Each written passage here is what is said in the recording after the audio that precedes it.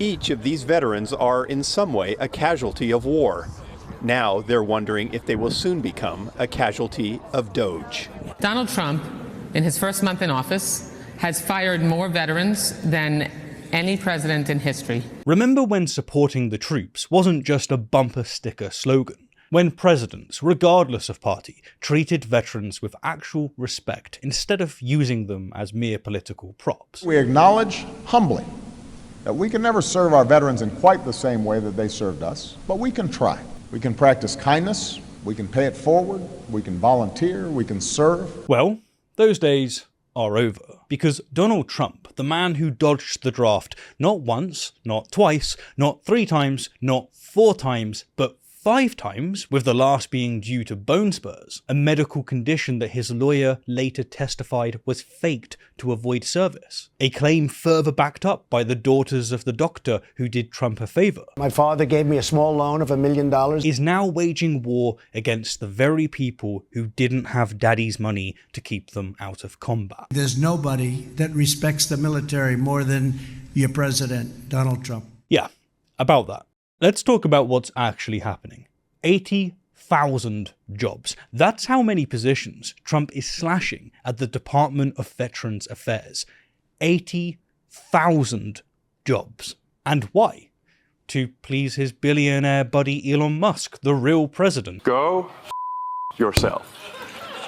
Indeed, nothing says efficiency like demolishing the healthcare system for those who risk their lives for the country. The Department of Veterans Affairs is planning an aggressive reorganization that includes cutting 80,000 jobs from the agency that provides health care for retired military members. This is all according to an internal memo. Donald Trump, in his first month in office, has fired more veterans than any president in history. But don't take my word for it. Listen to the veterans themselves, many of whom actually voted for Trump. Nathan Hooven, an Air Force veteran, put it this way: "My life and the lives of so many others who sacrificed for this country are being destroyed." Nathan is a disabled Air Force veteran who supported Trump, and he certainly isn't the only vet feeling betrayed, consumed with a bit of buyer's remorse. As another example, consider Matthew Sims, an Army veteran who also backed Trump. Here's how he put it: "It's just the way they're going around doing it. It's the chainsaw approach." Chainsaw approach. That's putting it mildly, Matthew. Chainsaw! Look, in what universe does firing 80,000 VA employees, 25% of whom are veterans themselves, qualify as supporting the troops? There's nobody that respects the military more than your president, Donald Trump. Are you sure about that, Agent Orange? Are you sure about that? No. In any case, it gets worse. The VA has also cancelled 585 contracts. It was originally, by the way, 875 they wanted to chop, including those for, wait for it, patient safety and privacy. Let's put it this way: they've slashed medical centers' purchasing power to $1 per card. $1 single dollar. I'm not making this up. $1. This is what America First looks like in practice.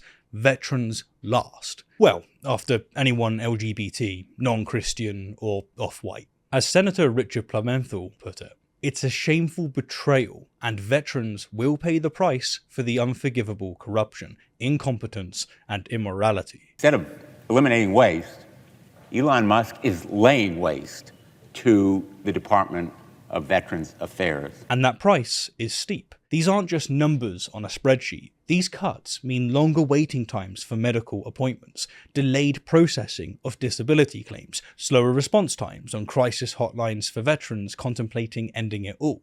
You know, just the small stuff. Nothing that affects real lives or anything. According to the VA's own research, a third of the veterans it treats live in rural areas. The impact on rural veterans is particularly devastating. Many already drive hours to reach the nearest VA facility. Now, those facilities will be understaffed or maybe even closed entirely. Consider Gregg Bafundo, a Marine veteran who served in the First Gulf War. Gregg spent months hauling heavy equipment as a mortarman, often trudging through blistering deserts, carrying up to 100 pounds of gear, an absolute unit. That service left him with severe nerve damage in his foot, causing chronic pain and mobility issues. Gregg, like countless other veterans, relies on regular treatment at VA facilities, and Trump's cut means veterans like Gregg face the real threat of losing the vital medical support that they earned through their sacrifice. In Gregg's own words, they're going to put guys like me in the ground. In the ground. This isn't hyperbole. For veterans dealing with PTSD, traumatic brain injuries, and suicidal thoughts, access to care isn't a luxury.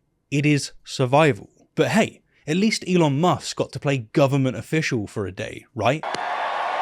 The same Elon who's never served a day in uniform is now deciding which veteran services are efficient enough to survive. And Trump, the 5-time draft dodger, is all for it. It's all good by him. There's nobody that respects the military more than your president, Donald Trump. So where's the outrage from the Republicans who claim to support the troops?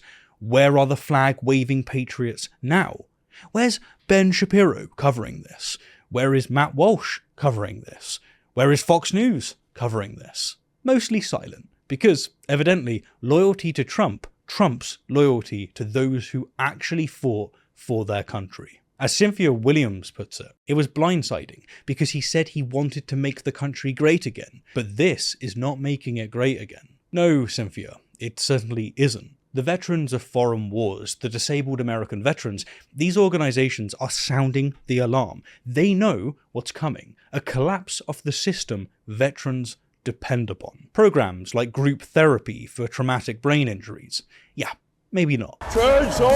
Medical transport for disabled vets. It's on the chopping block. Go yourself. The VA staff who process GI Bill's benefits being shown the door. I am become meme. But Trump insists that he loves veterans and that he's going to take good care of them. Well, he wasn't lying.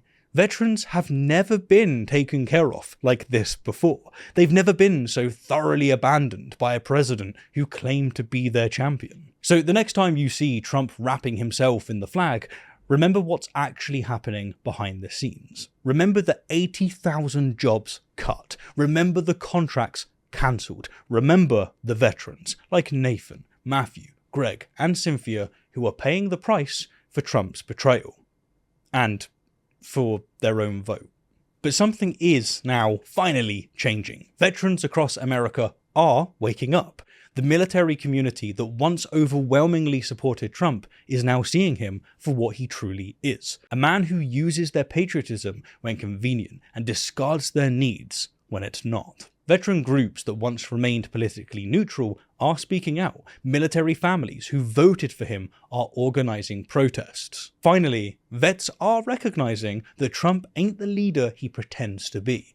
It's just a damn shame that it took so long, huh? Each of these veterans are in some way a casualty of war. Now they're wondering if they will soon become a casualty of Doge.